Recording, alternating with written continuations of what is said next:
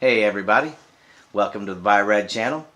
Today I'd like to talk to you about the two-headed monster I call Bush Obama. You see by the title there, same bleep, different day.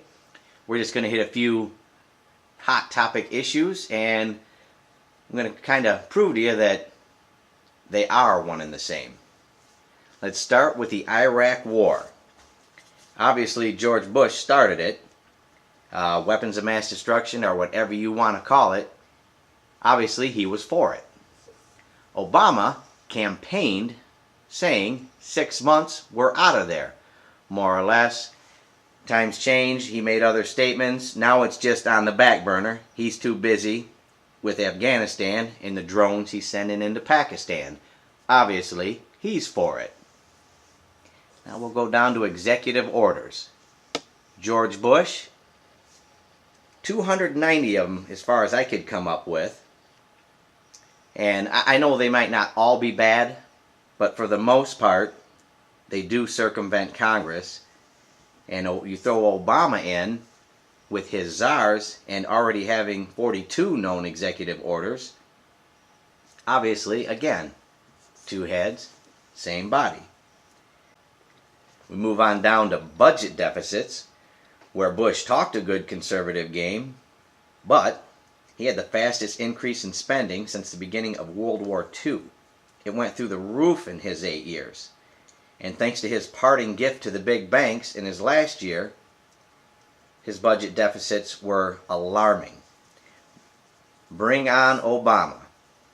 He already quadrupled Bush's deficits immediately. His new budget of $3.8 trillion, it easily outdoes Bush. When you throw in unfunded liabilities, you realize that this system is mathematically done.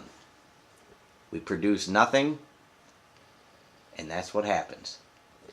Campaign promises. Well, Bush's big one was no nation building. He couldn't get to that fast enough, and the Bush plans of nation building are still going on to this day. And you can watch his campaign promises. It was a long time ago, but he said that his plan would not lead to deficits. Obviously, it's not even close, as it led to record deficits.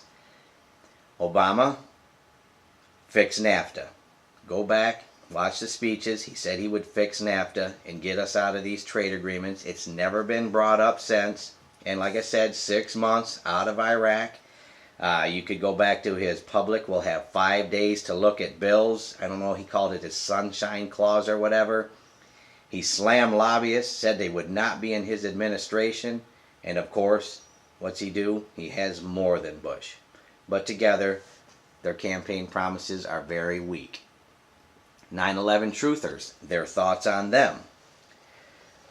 Bush, he came out immediately saying we must uncover every detail and learn every lesson of September 11th. And then he did nothing. Except you can watch him when he says he will not tolerate outrageous conspiracy theories or claims. Obama uses the same rhetoric, and he wants nothing to do with seeking the truth. He certainly wanted nothing to do with Charlie Sheen's request or an appeal for a proper 9/11 Commission report. Same. Bush Obama again. Move on down to their thoughts for the Patriot Act, which Bush's Assistant Attorney General had this wrote before 9/11, but all the Patriot Act is a tremendous attack on American rights and civil liberties. And there was parts of it that Obama could have let die. Instead, he reauthorized it. Again, same thing when it comes to the Patriot Act. Bush, Obama. We move on down to academic records. It's well known that Bush was a C student, average student, and I don't think that's a real big deal. He wasn't a genius. He wasn't a 4-point or anything like that, but very average student. And as far as we can tell from Obama, based on rumors and conjecture, he was also a C student. But his transcript seemed to be tucked away in the same drawer as his birth certificate. So we'll do the best we can on that, but both average students. If you look at their approval ratings, Bush's were legendary. Actually got down into the 20 percentile approval rating in many, many, many Rasmussen, CBS, I don't know, there were so many. You can look them up online, but right back to Obama, his are also going straight down very, very fast. The Rasmussen using a plus-minus ratio, if you go back to the beginning of Obama, he was a plus 30. The newest one I could find, he was a minus 19. And his disapproval rate was at 54%. And he's just beginning, because he hasn't done anything where it's going to go the other way. You know, one has to look at unemployment or, you know, anything we just talked about, all his campaign lies. So, same, different day. And we go down here to border security. 8 years, Bush did nothing. Little bit of lip service. And he had the famous quote saying that they're just doing jobs that Americans don't want to do. You know, well, after 99 weeks of unemployment, I would say a lot of them people would think differently.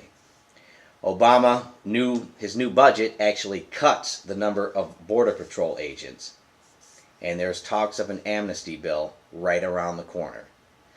So, to get back up to the top here, I just wanted people to see there's not a whole lot of difference here. They're both just puppets. We have to learn not to look to the Republicans, not to learn to the Democrats, start becoming independent thinkers, use our own mind, turn off the TV, and turn on your brain.